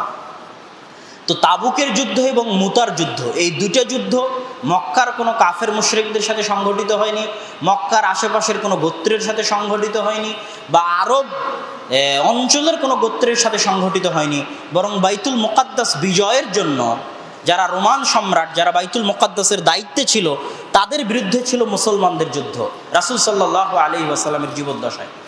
রাসূল সাল্লাল্লাহু আলাইহি ওয়াসাল্লামের মৃত্যুর পরে যখন আবু বকর রাদিয়াল্লাহু তাআলা আনহু খেলাফতের দায়িত্বভার গ্রহণ করলেন, তো রাসূল সাল্লাল্লাহু আলাইহি ওয়াসাল্লাম মৃত্যুর পূর্বে আরেকটা বাহিনী রেডি করছিলেন, যেই বাহিনীর দায়িত্বভার দিয়েছিলেন মুতার যুদ্ধে যিনি যাকে সেনাপতি করেছিলেন যায়েদ বিন হারেসা, যিনি মারা গেছেন, তার ছোট্ট ছেলে 16-17 বছরের যুবক কিশোর ওসামা বিন যায়েদ, তার হাতে তিনি নেতৃত্বের ভার দিয়ে পুনরায় তাকে পাঠাচ্ছিলেন রোমানদের বিরুদ্ধে। ওই বাহিনী রওনা হয়েও গেছিল, মদিনা অতিক্রম করেও গেছিল, তখন রাসূল সাল্লাল্লাহু আলাইহি ওয়াসাল্লামের মৃত্যু হয়। আবু বকর রাদিয়াল্লাহু তাআলা আনহু খেলাফতের দায়িত্বভার গ্রহণ করা মাত্রই সারা আরবে ফিতনা ছড়িয়ে পড়ে। মানুষ মুরতাদ হয়ে যায়, কেউ যাকাত দিতে চায় না, মিথ্যুক নবুয়তের দাবিদারদের আবির্ভাব ঘটে। তখন আবু বকর রাদিয়াল্লাহু তাআলা আনহুকে সব সাহাবী পরামর্শ দিচ্ছিলেন যে এখন যত সেনাবাহিনী আছে সবকে মদিনাতেই থাকা উচিত, কেননা মানুষ মনে করবে যে মুহাম্মাদের কওম, মুহাম্মদ সাল্লাল্লাহু আলাইহি ওয়াসাল্লামের উম্মত তার মৃত্যুতে দুর্বল হয়ে গেছে, এই মনে করে তারা মদিনায় আক্রমণ করতে পারে। এদিকে অনেক মানুষ নবুয়তের, মিথ্যা নবুয়তের দাবিদার তৈরি হয়েছে, অনেকেই যাকাত অস্বীকার করে বসেছে। তখন আবু বকর রাদিয়াল্লাহু তাআলা আনহু বললেন, লাজারাতিল খিলাবু বিউম্মাহাতিল মুমিনিন, যদি উম্মাহাতুল মুমিনিনদের পা আল খিলাব, কুকুর শ্রীগাল টেনে হেঁচড়ে নিয়ে যায়, তো তবুও আমি আবু বকর ওই সেনাবাহিনীকে বিরত রাখবো না রওনা করতে, যেই সেনাবাহিনীকে মুহাম্মদ সাল্লাল্লাহু আলাইহি ওয়াসাল্লাম রওনা করিয়েছিলেন। তো এই সেনাবাহিনীও রওনা হয়েছিল বাইতুল মুকাদ্দাস বিজয় করার জন্য। তারপরে দীর্ঘ 1 বছর যাবৎ আবু বকর রাদিয়াল্লাহু তাআলা আনহু মুরতাদদের বিরুদ্ধে, মিথ্যুক নবুয়তের দাবিদারদের বিরুদ্ধে, যাকাত অনাদায়কারীদের বিরুদ্ধে যুদ্ধ পরিচালনা করেন। তারপর তিনি তার সেনাবাহিনীকে তাদের ফিতনা থেকে মুক্ত হওয়ার পর 2 ভাগে বিভক্ত করে দেন। এক ভাগ খালিদ বিন ওয়ালিদের নেতৃত্বে চলে যায় পারস্য বিজয় করার জন্য, আর আরেক ভাগকে তিনি 4 ভাগে ভাগ করে দেন, যাদেরকে তিনি পাঠান শাম, ফিলিস্তিন বা বাইতুল মুকাদ্দাস বিজয় করার জন্য। বাইতুল মুকাদ্দাস বিজয়ের পথে আবু বকর রাদিয়াল্লাহু তাআলা আনহুর জীবদ্দশায় প্রথম যে যুদ্ধ সংগঠিত হয় সেটা হচ্ছে আজনা দাইনের যুদ্ধ। আজনা দাইনের এই যুদ্ধ হচ্ছে সর্বপ্রথম আবু বকর রাদিয়াল্লাহু তাআলা আনহুর খেলাফত আমলে বাইতুল মুকাদ্দাসকে বিজয় করার জন্য যুদ্ধ।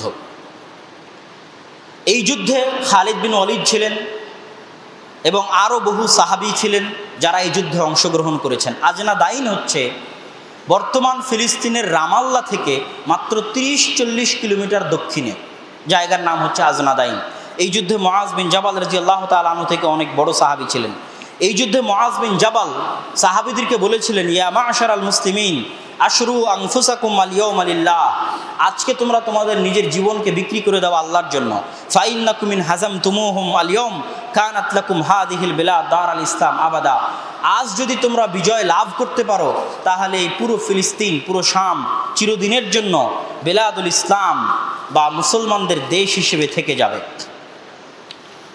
এটা ছিল আবু বকর রাদিয়াল্লাহু তাআলা আনহুর জীবদ্দশায় সংঘটিত হওয়া যুদ্ধ।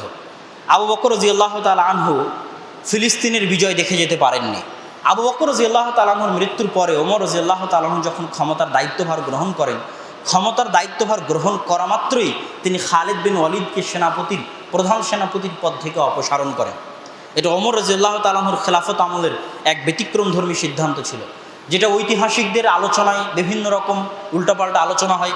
কিন্তু আসলে কেন তিনি তাকে প্রধান সেনাপতির দায়িত্বভার থেকে অপসারণ করেছিলেন সে বিষয়ে তার নিজস্ব কিছু বর্ণনা বিভিন্ন রেওয়ায়েতে পাওয়া যায়। ওমর রাদিয়াল্লাহু তাআলা আনহু বলছেন, ওয়াল্লাহি ইন্নী লামা আযিলহু আন সাখাতিহি ওয়ালা খিয়ানা, আমি খালিদ বিন ওয়ালিদকে তার কোনো ভুলের কারণে অপসারণ করিনি। ওয়ালাকিন্নী রাআইতু, বরং আমি দেখছি, আন্নান নাস ক্বাদ ফুতিনু বিহি ফাখাশাইতু আন ইউওয়াক্কিলু ইলাইহি, আমি দেখছি যে মানুষ মনে করে বসতেছে যে খালিদ বিন ওয়ালিদ থাকলেই যুদ্ধে বিজয় হয়, আর খালিদ বিন ওয়ালিদ যদি না থাকে তাহলে যুদ্ধে বিজয় হবে না। আমি মানুষের এই আকিদাকে নষ্ট করার জন্য, ধ্বংস করার জন্য আমি মূলত খালিদ বিন ওয়ালিদকে প্রধান সেনাপতির পদ থেকে অপসারণ করেছি, যাতে মানুষ বুঝে যে বিজয় আসে আল্লাহর পক্ষ থেকে, কোনো ব্যক্তির কারণে নয়, বিজয় সংখ্যাধিক্যের কারণে নয়, শক্তি ক্ষমতার কারণে নয়, বরং ইখলাস এবং ঈমানের কারণে। এবং ঠিকই খালিদ বিন ওয়ালিদের অপসারণের পরে যখন আবু ওবায়দা ইবনুল জাররাহকে প্রধান সেনাপতির দায়িত্ব দেওয়া হলো, তখন তার নেতৃত্বে বাইসানের যে যুদ্ধ সংঘটিত হয়েছিল, এই যুদ্ধে মুসলমানেরা বিজয় লাভ করেছিলেন। আর এই যুদ্ধে খালিদ বিন ওয়ালিদ একজন সাধারণ সেনা হিসেবে আবু ওবায়দা ইবনুল জাররাহের অধীনে সেই দিন তিনি যুদ্ধ করেছিলেন। এবার আমরা দেখব বাইতুল মুকাদ্দাস বিজয়ের সর্বশেষ এবং সবচেয়ে বড় যুদ্ধ। বাইতুল মুকাদ্দাস বিজয়ে সর্বশেষ, কেননা কিছুক্ষণ পরে আমরা দেখব ওমর রাদিয়াল্লাহু তাআলা আনহু বাইতুল মুকাদ্দাস বিজয় করবেন। বাইতুল মুকাদ্দাস বিজয়ের সর্বশেষ এবং সবচেয়ে বড় এবং সবচেয়ে ভয়ঙ্করতম যুদ্ধ, সেই যুদ্ধ হচ্ছে ইয়ারমুকের যুদ্ধ।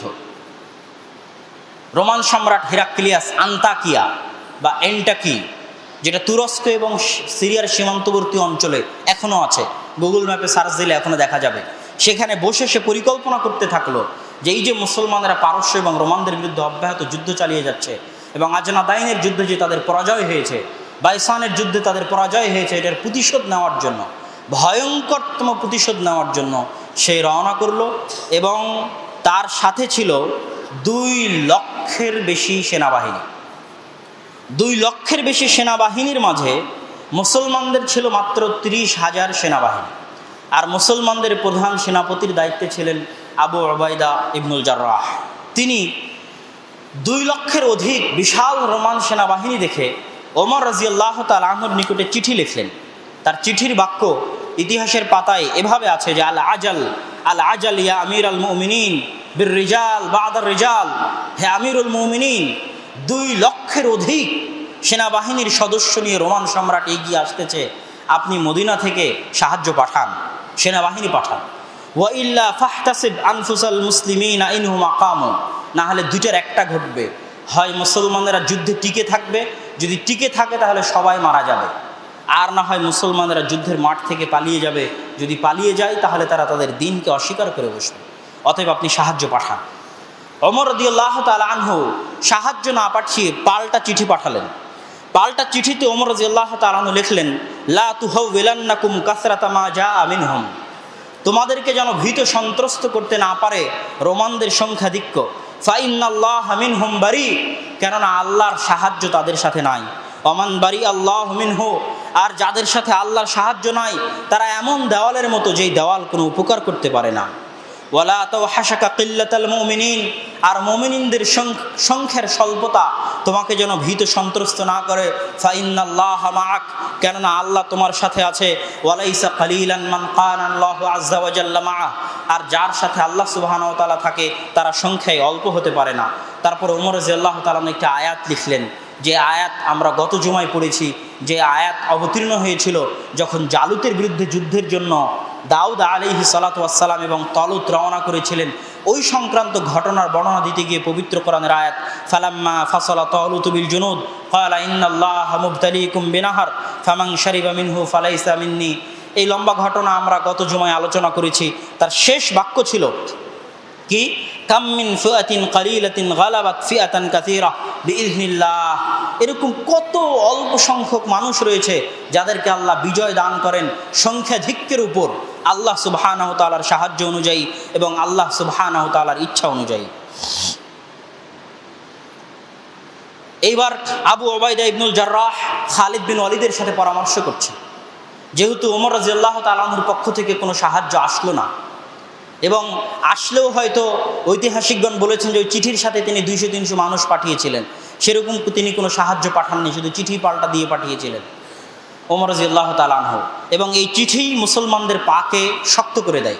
তখন আবু ওবায়দা ইবনুল জাররাহ মুসলমানদের সাথে পরামর্শ করছেন, তার মধ্যে খালিদ ইবনুল ওয়ালিদের সাথে পরামর্শ করছেন যে কিভাবে যুদ্ধ করা যায়। তখন খালিদ বিন ওয়ালিদ ডাইরেক্ট আবু ওবায়দা ইবনুল জাররাহকে ডাইরেক্ট প্রস্তাব দিলেন, শোনো আমি যেটা বলবো আপনি কি সেটা মানবেন? তখন আবু ওবায়দা ইবনুল জাররাহ বলছেন, হ্যাঁ আপনি যেটা বলবেন আমি সেটা মানব। তখন খালিদ বিন ওয়ালিদ বলছেন, আজকের জন্য আপনি দায়িত্ব আমার উপর ছেড়ে দেন, আপনাকে প্রধান সেনাপতি করেছে ওমর রাদিয়াল্লাহু তাআলা আনহু, আমি আপনাকে মানি, সম্মান করি, এবং মানার ঘটনা পুরো ইতিহাসে আছে, কিন্তু আপনি আমার সাথে পরামর্শ করতে এসেছেন, আজকের জন্য আপনার সাথে আমার প্রথম পরামর্শ, আজকের যুদ্ধের দায়িত্ব আপনি আমার উপর ছেড়ে দিন। আবু ওবায়দা ইবনুল জাররাহ একমত হলেন এবং তিনি খালিদ বিন ওয়ালিদের উপর যুদ্ধের দায়িত্ব ছেড়ে দিলেন। যদিও সর্বময় ক্ষমতার অধিকারী প্রধান সেনাপতি আবু ওবায়দা ইবনুল জাররাহ, কিন্তু পুরো যুদ্ধ পরিচালনা করার ভারপ্রাপ্ত জিম্মেদারি খালিদ বিন ওয়ালিদের উপর দিয়ে দিলেন আবু ওবায়দা ইবনুল জাররাহ। সেই দিন খালিদ বিন ওয়ালিদ মুসলমানদেরকে বলেছিলেন, আরা ওয়াল্লাহি ইন কুন্না নুকাতাল বিল কাসরা ওয়াল আদাদহুম আকসার মিন্না ওয়া আকা মিন্না ওয়া মা লানা বিহিম ইদান তাকা ওয়া ইন্না নুকাতিলুহুম বিল্লাহি ওয়া বিল্লাহ। শোনো, আমরা মানুষদের সাথে যুদ্ধ করি না সংখ্যাধিক্য দিয়ে, শক্তি দিয়ে, ক্ষমতা দিয়ে, বরং আমরা মানুষের সাথে যুদ্ধ করি বিল্লাহ বিল্লাহ, আল্লাহকে দিয়ে। ফামা আরা আন্না জামাআতাহুম ওয়ালাউ কানু আহলাল আরদি জামিআ আন্নাহা তাগনি আনহুম শাইআ। যদি রোমানের 2 লক্ষর জায়গায় সারা পৃথিবীর সব মানুষ একত্রিত হয়, তো আমি খালিদ বিন ওয়ালিদ পরোয়া করি না সারা পৃথিবীর সব মানুষ একত্রিত হয়ে গেলে, যতক্ষণ আল্লাহ সুবহানাহু ওয়া তাআলা আমাদের সাথে আছে। সেই দিন ইয়ারমুকের যুদ্ধে বাইতুল মুকাদ্দাস বিজয়ের সবচেয়ে ভয়ঙ্কর যুদ্ধ সংঘটিত হয়েছিল। খালিদ বিন ওয়ালিদ রাদিয়াল্লাহু তাআলা আনহু নিজে ইয়ারমুকের জায়গা চয়ন করেছিলেন, যেটা ছিল চারিদিক থেকে একটু উঁচু পাহাড় ঘেরা, 3 দিক থেকে উঁচু পাহাড় ঘেরা মরুভূমির উপত্যকা, এবং তার পরিকল্পনা ছিল রোমান বিশাল 2 লক্ষ সেনাবাহিনীকে ওই উপত্যকায় আটকিয়ে দেওয়া এবং মরুভূমি অঞ্চলের মধ্যে আটকিয়ে দেওয়া, যাতে এই মরুভূমি অঞ্চলের সাথে হয়তো কুস্তুনতুনিয়া, তুরস্ক, ইউরোপ থেকে যারা আসতেছে তারা অতটা পরিচিত নয়, আবার আশেপাশে পাহাড় আছে, যাতে তাদের সাথে যুদ্ধ করতে সহযোগিতা হয়। যখন রোমানরা এগিয়ে আসলো, তখন মুসলমানদের মধ্যে কেউ বলছে, মা আকসারা রোমান আমা আকাল্লাল মুসলিমিন, কোথায় 2 লক্ষ আর কোথায় 30,000, কত রোমান সৈন্যবাহিনী আর কত অল্প মুসলমান। তখন খালিদ বিন ওয়ালিদ আবার মুসলমানদেরকে বললেন, তোমরা বলো মা আকসারাল মুসলিমিন ওমা আকাল্লা রোমান, যে কত সংখ্যাধিক্য মুসলমানদের আর কত অল্প সংখ্যক রোমান। কেননা ওয়াল্লাহি লা নুনসার ইল্লা বিল্লাহি আযজা ওয়া জাল, কেননা আমরা জয়লাভ করতে পারবো না আল্লাহ সুবহানাহু ওয়া তাআলার সাহায্য ছাড়া। এইভাবে ইয়ারমুকের যুদ্ধে মুসলমানরা বিজয় লাভ করে, আর এটাই ছিল বাইতুল মুকাদ্দাস বিজয়ের সর্বশেষ যুদ্ধ। এই যুদ্ধে মুসলমানদের বিজয়ের মাধ্যমে পুনরায় মুসলমানরা ওই যে আবু বকর রাদিয়াল্লাহু তাআলা আনহু 4টে সেনাবাহিনী পাঠিয়েছিলেন ফিলিস্তিনের জন্য, ওই 4 ভাগে ভাগ হয়ে যায়, এবং ইয়ারমুকের যুদ্ধের পরে কেউ জর্ডান বিজয়ের জন্য বের হয়ে যায়, কেউ দামেস্ক বিজয়ের জন্য বের হয়ে যায়, কেউ ফিলিস্তিনের যে অঞ্চলগুলো আছে গাজা, ইয়াফা, হাইফা, তেল আবিব, এই অঞ্চলগুলো বিজয়ের জন্য বের হয়ে যায়। আর ফিলিস্তিনের এই অঞ্চলগুলো বিজয়ের জন্য বের হন আমর ইবনুল আস রাদিয়াল্লাহু তাআলা আনহু। আমর ইবনুল আস রাদিয়াল্লাহু তাআলা আনহু এই বাইতুল মুকাদ্দাসের 4 দিক থেকে তিনি মুসলমানদের সকল শহর, সকল এলাকা দখল করে ফেলেন। শুধু বাকি থাকছে বাইতুল মুকাদ্দাস, আল কুদস। যখন শুধু আল কুদস বাকি, তখন আমর ইবনুল আস রওনা দিলেন আল কুদসের দিকে। জেরুজালেমকে 4 দিক থেকে তিনি দখল করে ফেলেছেন, এখন তিনি কুদসের দিকে রওনা দিলেন। কুদসের দিকে রওনা দেওয়ার বিশাল ঘটনা আছে, সেই লম্বা ঘটনায় আমরা না গিয়ে আজকে যেহেতু ওমর রাদিয়াল্লাহু তাআলা আনহু কর্তৃক বাইতুল মুকাদ্দাস বিজয়ের ঘটনা বলে শেষ করব। তো জেরুজালেম তখন ছিল রোমানদের সবচেয়ে শক্তিশালী দুর্গ, সবচেয়ে কেন্দ্রস্থল। সেটা যখন তিনি কাছে গেলেন, কাছে যাওয়ার পর তিনি চিঠি লিখে পাঠালেন আবু উবাইদা ইবনুল জাররাহের নিকটে, যে এখানে একাই আমার পক্ষে বিজয় লাভ করা সম্ভব নয়, আপনি আসেন। তখন আবু উবাইদা ইবনুল জাররাহ আরও 3 দিকে যারা যুদ্ধ করছিলেন তাদেরকেও ডেকে পাঠালেন। তখন বাইতুল মুকাদ্দাসের চারিপাশে যত মানুষ জমা হয়েছিল মুসলমানদের পক্ষ থেকে, তার মধ্যে শুধু 4000 সাহাবী ছিল। এত সাহাবী কোনো যুদ্ধে অংশগ্রহণ করেছে তাই ইতিহাসের পাতায় পাওয়া যায় না। 4000 সাহাবী বাইতুল মুকাদ্দাসের চারপাশে জমা হয়েছে। বাইতুল মুকাদ্দাসকে ঘিরে ধরেছেন। বাইতুল মুকাদ্দাসকে ঘিরে ধরার পর যখন ভেতরে যে পাদ্রী আছে সেই পাদ্রী সিদ্ধান্তহীনতায় ভুগছে যে সে কী করবে। সিদ্ধান্তহীনতায় ভুগতে যখন আবু উবাইদা ইবনুল জাররাহ আসেন তখন মুসলমানেরা তাকবীর দিচ্ছিল। মুসলমানদের তাকবীর ধ্বনিতে পাদ্রী ভিতর থেকে বের হয়ে এসে দেখলো যে কে এসেছে, দেখে আবু উবাইদা ইবনুল জাররাহ। তখন সে তার হাতে থাকা তাওরাত বা ইনজিলের সাথে মিলিয়ে দেখে যে বাইতুল মুকাদ্দাস যার বিজয় করার কথা সে তো এ নয়। তখন আবার সে বাইতুল মুকাদ্দাসের ভিতরে ফিরে গিয়ে বলছে, তোমরা শান্ত থাকো, যার হাতে বাইতুল মুকাদ্দাস বিজয় হওয়ার কথা সে এখনো আসেনি, অতএব কোনো চিন্তা নাই। কিন্তু খাদ্যের সংকটের কারণে, পানির সংকটের কারণে পাদ্রী আবার বের হয়ে এসে আমর ইবনুল আসের সাথে কথা বলতে চায়। আমর ইবনুল আসের সাথে কথা বলতে বলতে মদিনায় বসে থাকা ওমর রাদিয়াল্লাহু তাআলা আনহুর বৈশিষ্ট্যের আলোচনা আসে। যখন ওমর রাদিয়াল্লাহু তাআলা আনহুর বৈশিষ্ট্য পাদ্রী শুনে তখন পাদ্রী বলে, হ্যাঁ এই তো সে যার হাতে বাইতুল মুকাদ্দাস বিজয় হবে, আমাদের কিতাবে লেখা আছে। তাহলে এক চুক্তিতে এক শর্তে আমরা বাইতুল মুকাদ্দাস তোমাদের হাতে দিতে পারি, সেটা হচ্ছে খলিফাতুল মুসলিমিন আমিরুল মুমিনিন ওমর রাদিয়াল্লাহু তাআলা আনহুকে বাইতুল মুকাদ্দাসে উপস্থিত হওয়া লাগবে। তাহলে বাইতুল মুকাদ্দাসে 4 খলিফার দ্বিতীয় খলিফা ওমর রাদিয়াল্লাহু তাআলা আনহু উপস্থিত হচ্ছেন। আবু উবাইদা ইবনুল জাররাহ চিঠি লিখে পাঠালেন। ওমর রাদিয়াল্লাহু তাআলা আনহু বলছেন, না আমি আসছি বাইতুল মুকাদ্দাসের উদ্দেশ্যে। ওমর রাদিয়াল্লাহু তাআলা আনহু অর্ধ শতাব্দীর খলিফা হওয়ার পরও মদিনা থেকে মাত্র, এটা ইবনু আসাকিরের তারিখে সহিহ সূত্রে প্রমাণ পাওয়া যায়, কাল্পনিক ঘটনা নয়, বাস্তব ঘটনা। মদিনা থেকে মাত্র একটা বাহন, একটা উট আর তার সাথে একজন গোলাম নিয়ে তিনি রওনা হলেন। তার পরনে ছিল তালি লাগানো ছিটে ফাটা জামা। অর্ধ শতাব্দীর খলিফা, আর গোলামের সাথে তার চুক্তি ছিল এই লম্বা রাস্তায় 1000 কিলোমিটার রাস্তা, 1000 কিলোমিটারের বেশি। আপনি মদিনা থেকে সার্চ দিয়ে বাইতুল মুকাদ্দাস পর্যন্ত দেখবেন 1000 কিলোমিটারের বেশি রাস্তা। অর্ধেক রাস্তা আমি বহন করব, তারপরে আবার তুমি, তারপরে আবার আমি, তারপরে আবার তুমি। এইভাবে ওমর রাদিয়াল্লাহু তাআলা আনহু গোলামের সাথে এই চুক্তিতে আবদ্ধ হয়ে আসলেন। যেই মুহূর্তে দামেস্ক গেট, এখনও জেরুজালেমের দামেস্ক গেট আছে, দামেস্ক গেট দিয়ে ওমর রাদিয়াল্লাহু তাআলা আনহু নিকটবর্তী এসে গেছেন, কাছে এসে গেছেন, তখন তার পালি ছিল উটের রশি ধরে টানা, আর উটের উপর বসেছিল গোলাম। আবু উবাইদা ইবনুল জাররাহ নিজে অনেক বড় পরহেজগার, অনেক বড় তাকওয়াবান এবং অনেক বড় আল্লাহ ভীরু মানুষ হওয়ার পরেও আবু উবাইদা ইবনুল জাররাহের অন্তরে কষ্ট হলো। কি কষ্ট হলো?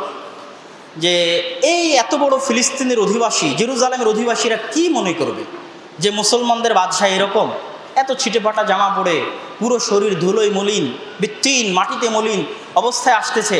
এটা তার অন্তরে কষ্ট দিল। তিনি কাছে গিয়ে ওমর রাদিয়াল্লাহু তাআলা আনহুকে বলছেন, ওমর রাদিয়াল্লাহু তাআলা আনহু, আপনি এটা কি পোশাক পরে এসেছেন? ইয়ানজুরু ইলাইনা রোমান নাজরাতা কিল্লা, রোমানরা আমাদেরকে ছোট চোখে দেখতেছে, নিচু চোখে দেখতেছে, আপনি কিভাবে এখানে এসেছেন?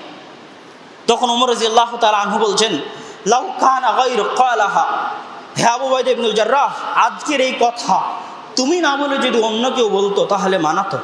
কুন্না কওমান আযিল্লাহ, আমরা ছিলাম অপমানিত জাতি, আমাদের কোনো মান সম্মান ছিল না, মুশরিক ছিলাম, সমাজে অগ্রহণযোগ্য ছিলাম, আমাদের কোনো ক্ষমতা ছিল না, আমাদের কোনো দাপট ছিল না। ফাআজ্জানাল্লাহু আযজা ওয়া জাল্লা বিল ইসলাম, আল্লাহ আমাদেরকে ইসলাম দিয়ে সম্মানিত করেছেন, আল্লাহ আমাদেরকে ইসলাম দিয়ে ক্ষমতা দিয়েছেন, আল্লাহ আমাদেরকে ইসলাম দিয়ে সাহায্য দিয়েছেন। ওয়া মাহমাবতাগাইনাল ইজ্জা ফি গায়রিহি আযাল্লানাল্লাহু আযজা ওয়া জাল্লা, ইসলাম ব্যতীত অন্য কিছু যদি আমরা খুঁজতে যাই, অন্য কিছুর যদি আমরা অনুসরণ করতে যাই, পুনরায় আল্লাহ আমাদেরকে অপমানিত করে দিবেন। ওমর রাদিয়াল্লাহু তাআলা আনহুর এই বাক্য স্বর্ণাক্ষরে লিখে রাখার মতো। বাইতুল মুকাদ্দাস বিজয় হলো। বিজয় হওয়ার পর আমি সংক্ষেপে শেষ করে দিচ্ছি। ওমর রাদিয়াল্লাহু তাআলা আনহুর সাথে চুক্তি হলো। সেই চুক্তির এখনও সেই চুক্তিনামাটা, লিখিত চুক্তিনামাটা ফিলিস্তিনের যে কেয়ামা কানিসা আছে, কেয়ামা গির্জা আছে, সেই কেয়ামা গির্জায় এখনও সংরক্ষিত আকারে আছে। সেই চুক্তিতে লেখা আছে, হাদা মা আতা আব্দুল্লাহ, এটা আল্লাহর বান্দা ওমর, তিনি নিজেকে ওখানে বড় কোনো লকবে সম্বোধন করেননি। আল্লাহর বান্দা ওমর আহলা ইলিয়া বাইতুল মুকাদ্দাসের অধিবাসীকে দিচ্ছে মিনাল আমান, নিরাপত্তা, আমান আনফুসিহিম ওয়া আমওয়ালিহিম, বাইতুল মুকাদ্দাসের খ্রিস্টান যত অধিবাসী আছে সকলের জান, মাল, ধন, সম্পদ নিরাপদ।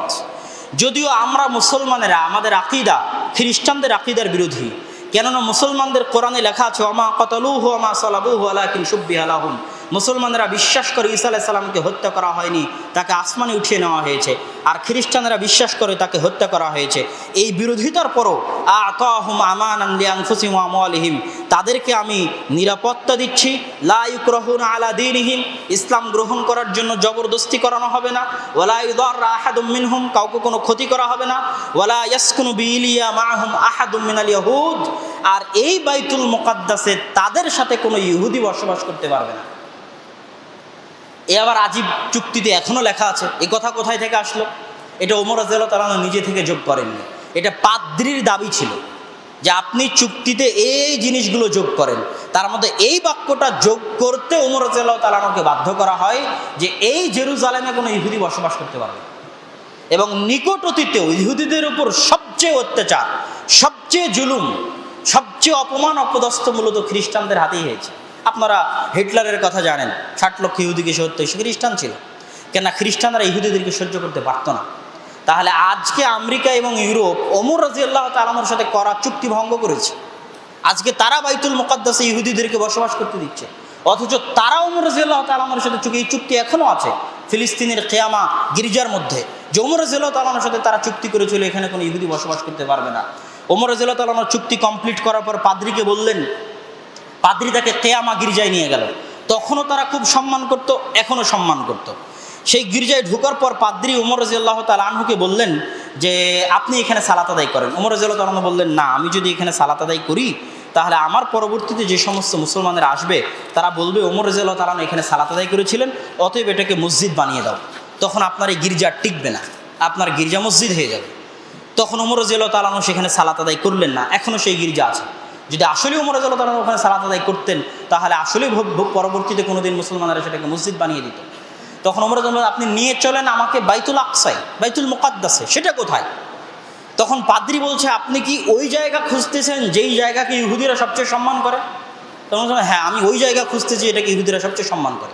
তখন পাদ্রী তাকে নিয়ে গেলেন এক বিশাল উঁচু জায়গায়, বড় বড় পাথর রাখা, অপরিচ্ছন্ন অপরিষ্কার অবস্থায় পড়ে আছে।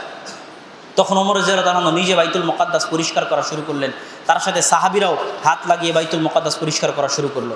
তখন কাব আল আহবারকে ওমর রাদিয়াল্লাহু তাআলা জিজ্ঞেস করছেন, আচ্ছা কোথায় মসজিদ তৈরি করব? তো আপনারা বাইতুল মুকাদ্দাসের মানচিত্র দেখলে দেখতে পাবেন যে একটা হচ্ছে কালো মসজিদ যার সীসা মাটির রঙের গম্বুজ, আর একটা হচ্ছে স্বর্ণের গম্বুজ। স্বর্ণের গম্বুজটা হচ্ছে কুব্বাতুস সখরা, যেটার নিচে পাথর আছে, যে পাথরকে ইহুদিরা সবচেয়ে সম্মান করে। তো কাব আল আহবার বলছেন যে ওমর রাদিয়াল্লাহু তাআলা আপনি ধরেন এই পাথর, কেবলা এই দিকে, আপনি এই পাথরের পিছনে মসজিদ তৈরি করেন। তখন ওমর রাদিয়াল্লাহু তাআলা বলো কি তুমি, এই পাথরের পিছনে মসজিদ তৈরি করলে তো ইহুদিরা বলবে যে মুসলমানরা এই পাথরকে সিজদা করছে, না, এই পাথরের পিছনে মসজিদ তৈরি করা যাবে না। তিনি পাথরের সামনে গিয়ে একদম শেষ মাথায় গিয়ে মসজিদ তৈরি করলেন, যেটা ওই মাটির রঙের গম্বুজওয়ালা যে মসজিদ দেখা যায়, সেই মসজিদটা ওমর রাদিয়াল্লাহু তাআলা আনহু তৈরি করলেন। পরবর্তীতে উমাইয়া খলিফারা কুব্বাতুস সাখরার উপর গম্বুজ নির্মাণ করেছে, ওই পাথরের উপর গম্বুজ নির্মাণ করেছে। আজান দিলেন কে? প্রথম সালাত, ফজরের সালাত আজান দিলেন বেলাল রাদিয়াল্লাহু তাআলা আনহু, যেটা রাসূল সাল্লাল্লাহু আলাইহি ওয়াসাল্লামের মৃত্যুর পরে এটা তার দ্বিতীয় বা প্রথম, সম্ভবত দ্বিতীয় আজান ছিল, তাছাড়া তিনি আজান দিতেন না। ফজরের সালাতের প্রথম রাকাতে ওমর রাদিয়াল্লাহু তাআলা সূরা সাদ তেলাওয়াত করলেন, আর দ্বিতীয় রাকাতে সূরা ইসরা, সুবহানাল্লাযী আসরা বিআবদিহি লাইলাম মিনাল মাসজিদিল হারামি ইলাল মাসজিদিল আকসা। এইভাবে বাইতুল মুকাদ্দাস মুসলমানদের হাতে, দ্বিতীয় খলিফার হাতে বিজয় হলো, যেটার দ্বারা প্রমাণিত হয় যে, এবং মুসলমানেরা তাদের চুক্তি, সবচেয়ে মজার কথা যে ওমর রাদিয়াল্লাহু তাআলা আনহুর এই চুক্তি সর্বশেষ উমাইয়া, আব্বাসি, মামলুক থেকে শুরু করে উসমানীয় খেলাফতের শেষ দিন পর্যন্ত এই চুক্তি মুসলমানরা লঙ্ঘন করেন। কোনো দিন বাইতুল মুকাদ্দাসের মাটিতে কোনো খ্রিস্টানের সাথে খারাপ ব্যবহার, কোনো গির্জায় আক্রমণ, কোনো গির্জাকে নষ্ট করা, কোনো সমস্যা তৈরি করা, দীর্ঘ 1400 বছরের ইতিহাসে ওমর রাদিয়াল্লাহু তাআলা আনহুর এই চুক্তির পালন মুসলমানেরা করেছে। আর খ্রিস্টানরা সেই চুক্তি ভঙ্গ করে এখন ইহুদিদেরকে সেই বাইতুল মুকাদ্দাসে জায়গা দিয়েছে। আমরা আমাদের তৃতীয় পর্বের আলোচনা যদি আগামী জুমায় কমপ্লিট করা সম্ভব হয়, আগামী জুমাতে শেষ পর্ব ক্রুসেড, সালাহুদ্দিন আইয়ুবী এবং বর্তমান অবস্থার উপর আলোচনা শেষ করে ফিলিস্তিন পর্বের আলোচনা শেষ করব ইনশাআল্লাহুল আজিজ।